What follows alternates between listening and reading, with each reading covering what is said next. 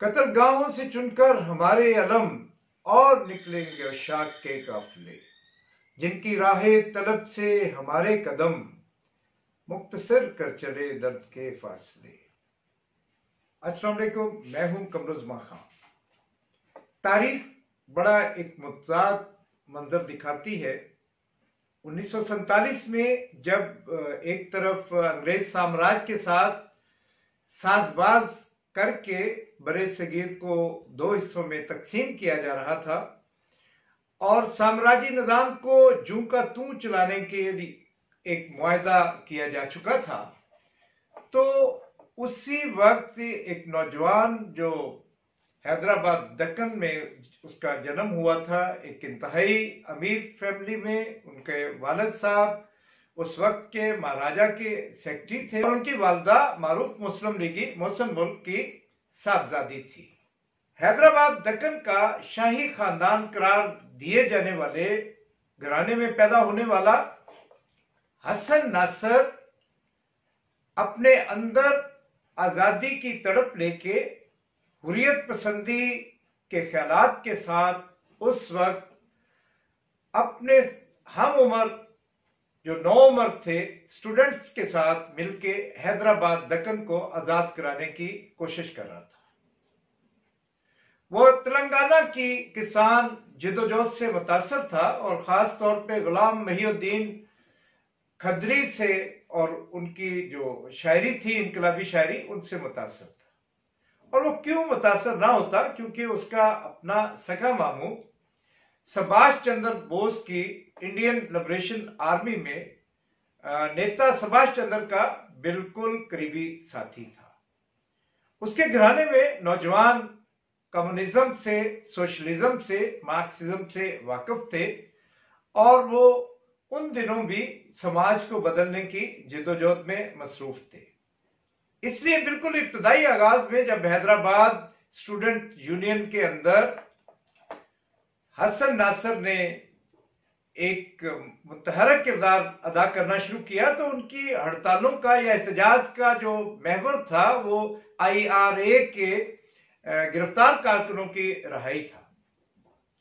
اور پھر 25,000 نوجوانوں کے ساتھ جو سارے طالب علم تھے، انہوں نے حیدرآباد کو اس سامراجی نظام سے آزاد کرانے کی کوشش کی، جس کو نظام حیدرآباد اور انڈین سیاسی قیادت کی سازشوں کے ذریعے سبوتاژ کر دیا گیا۔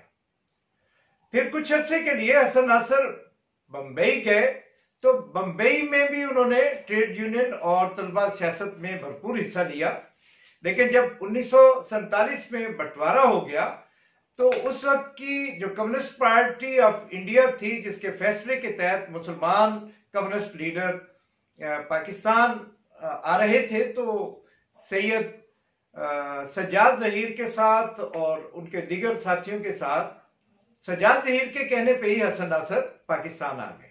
بالکل آغاز میں 1948 اور 47 کے دوران ان کی سرگرمیاں پھر کراچی کے محنت کش طبقے کے لیے شروع ہو گئی، جب گودی کے مزدوروں اور جو ٹرام وے کے مزدوروں کے حقوق کے لیے یہاں پہ جدوجہد ہوئی، ہڑتالیں ہوئی، اور ان ہڑتالوں میں پارٹی کی قیادت ساری گرفتار ہو گئی اور ٹریڈ یونینز کی قیادت گرفتار ہو گئی۔ تو پھر یہ بالکل ینگ لڑکا جو 1928 میں پیدا ہوا تھا اور ابھی شاید 20 سال کا مشکل سے ہوا تھا، تو اس کو سندھ کی صوبائی کمیٹی کا سیکرٹری بنا دیا گیا اور ساتھ ہی سینٹرل سیکریٹریٹ کا رکن بنا کے پارٹی کی ذمہ داریاں اس کے نوجوان کندھوں پہ ڈال دی گئیں۔